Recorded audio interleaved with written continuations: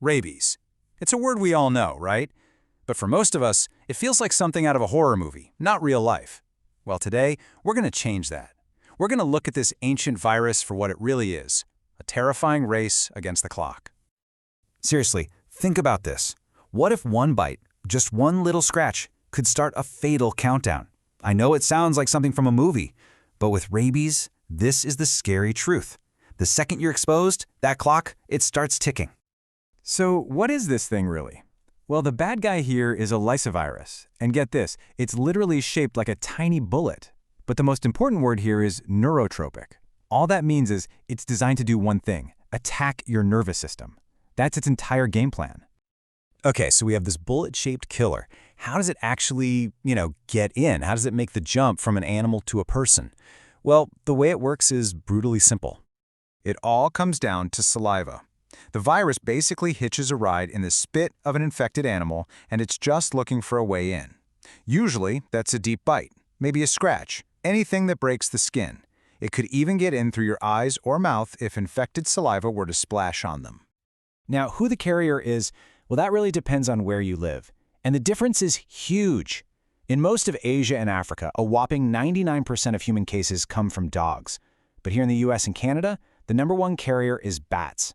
It's a really important thing to remember. The threat looks different depending on your location. All right, so the virus is in. This is where that race against time really kicks off. You see, the virus doesn't just hang out where you got bit. Nope.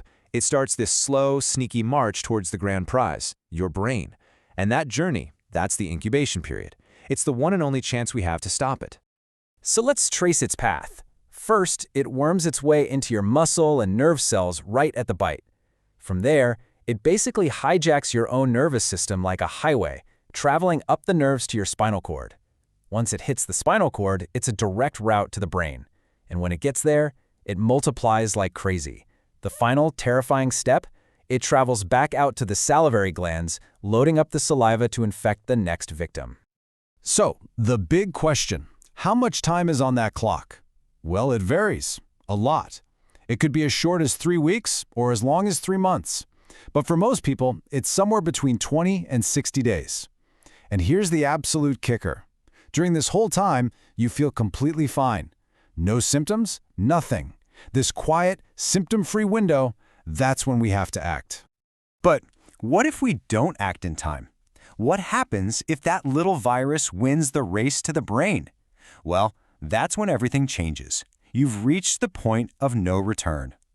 At first, the signs are, well, they're nothing special. You might feel like you have the flu, a fever, a headache, feeling weak, maybe a weird itching feeling at the bite. You'd probably just brush it off.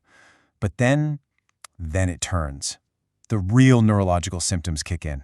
We're talking severe anxiety, confusion, hallucinations, and the one everyone's heard of, hydrophobia, a terrifying fear of water, where your own throat spasms so you can't even swallow. Listen, if there's one thing you take away from all this, let it be this. Once you see those symptoms we just talked about, it's too late. The disease is pretty much 100% fatal. There's no cure. There's no going back. And the end comes fast. It's just a rapid slide into paralysis, coma, and then death, all within 2 to 10 days after those major symptoms show up. It's just absolutely devastating. Okay, wow, that was dark. I know.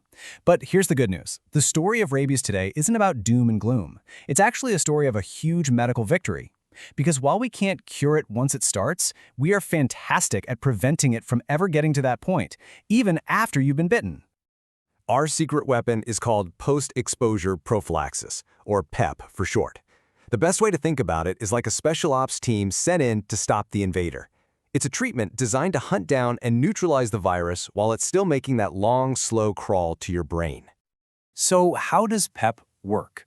It's a powerful 1-2 punch. The first punch is the rabies vaccine. You get a few shots, and this teaches your own body to build an army to fight the virus. But that takes time, right?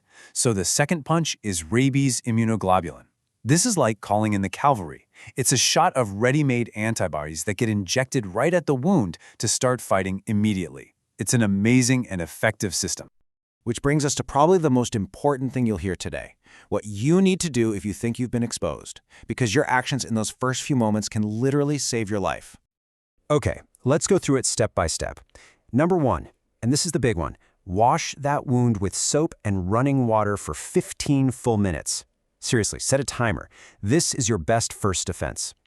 2, if you have it, put on something like an iodine solution. 3, and this is for the medical pros, but you should know, don't let them stitch the wound right away. And 4, this is non-negotiable. Get to a doctor or hospital immediately. Don't wait. So why am I making such a big deal about washing the wound? Get this. Just washing it thoroughly for that full 15 minutes can slash your risk of getting rabies by up to 80%. That's huge. That one simple action could be the difference between life and death. So once you get to the doctor, what happens next? Well, they'll get you started on that rabies vaccine course. They'll give you the immunoglobulin shot if you need it, and they'll handle all the other stuff too, like giving you a tetanus shot or antibiotics to prevent any other infections. They've got a whole protocol for this. So let's wrap our heads around this. Rabies is, without a doubt, one of the deadliest viruses on the planet. But, and this is a big but, it is almost entirely preventable. The threat is real, that clock is absolutely ticking, but we have the tools to win the race as long as we act fast. In the end, our greatest weapon against this ancient killer isn't some miracle cure. It's knowledge. It's knowing what to do and doing it fast.